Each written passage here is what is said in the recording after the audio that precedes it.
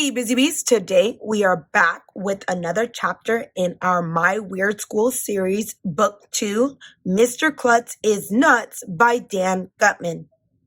Before we get into our chapter of the day, we are going to get into our riddle of the day. And the riddle of the day is, what color is a happy cat? Okay, and I'll read it again. What color is a happy cat?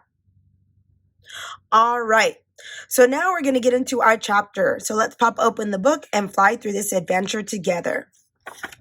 Yesterday, we talked about how Andrea had stated that Mr. Klutz is getting even weirder, right? Because Mr. Klutz is trying to give the kids an incentive and he is doing all these crazy things. And he told them that if they did 100,000 spelling words correctly, that he was going to dress up like a turkey in a turkey costume, right?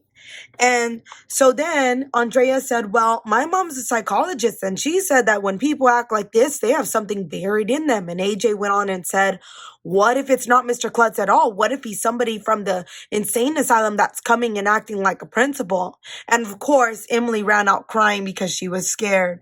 So let's see what happens next. Chapter 11, The Last Straw.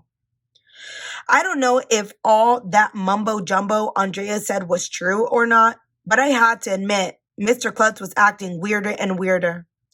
After we finished the list of 100,000 spelling words and he pogo sticked down Main Street in a turkey costume, he offered to paint his bald head orange if our school got the highest reading score in the county. We did, and he came into school the next day with an orange head. Then he offered to let every kid in the school shoot a ping pong ball at him if we collected enough box tops to buy new computers for the school media center. We did that too. It was fun shooting ping pong balls at Mr. Klutz, but even I was beginning to worry that there was something troubling him. And then came the day when it was obvious to everybody that Mr. Klutz had gone off the deep end. It was at the end of morning announcements. Miss Daisy had stepped out of the room for a minute.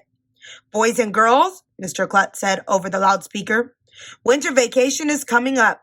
If the students at our school read with their parents for 1 million minutes before school lets out, I will bungee jump off the roof of the school dressed as Santa Claus. Me and Ryan and Emily and Andrea and Michael all looked at one another. That's the last straw, Andrea said. There are plenty of straws, I told her. Do you want me to get you one? She means we can't take this anymore, Ryan told me. Is that what the last straw means? I asked. I always wondered what the last straw meant. At first I thought Mr. Klutz was just a funny guy, Andrea said seriously. And he is, but he's also a deeply disturbed man. We got to do something. If he keeps going like this, he might hurt himself again, or even worse. If we don't stop him and something terrible happens, it would be our fault. Uh-oh. I never thought of it that way, I said. What can we do? Emily asked. We're just kids. We have to have an intervention, Andrea said. What's that? Ryan asked. It's when you sit down and tell somebody they have a problem, Andrea explained. You force them to do something about it.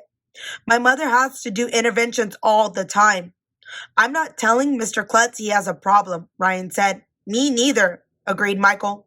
AJ, you started this whole thing, Andrea told me. I did not. Sure you did. You were the one who gave him the idea to give out incentives for learning in the first place. That's true, the others agreed, looking at me like I was a criminal or something. All I did was hit a puck into a net, I said.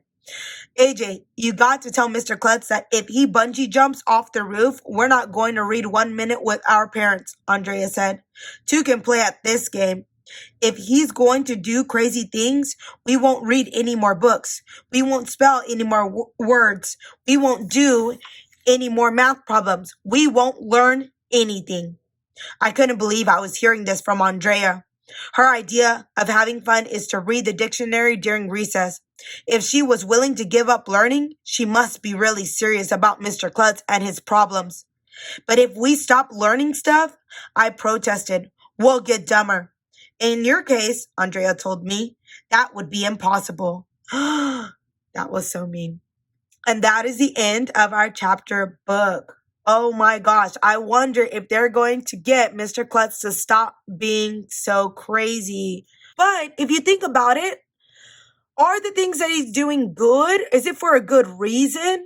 Right? Because they read 1 million books. They did 1 million math problems. They did 100,000 spelling words. So are they learning and are they becoming better? So technically, is he doing it for the kids? I think so, because it's such a positive outcome. That's something to think about. All right, so we are done with our chapter for the day. So now let's get into the answer of our riddle for today. So the riddle was, what color is a happy cat? And the answer is, drum roll please, purple. Purple. Do you get it? Purple. Purple. I thought that was too funny.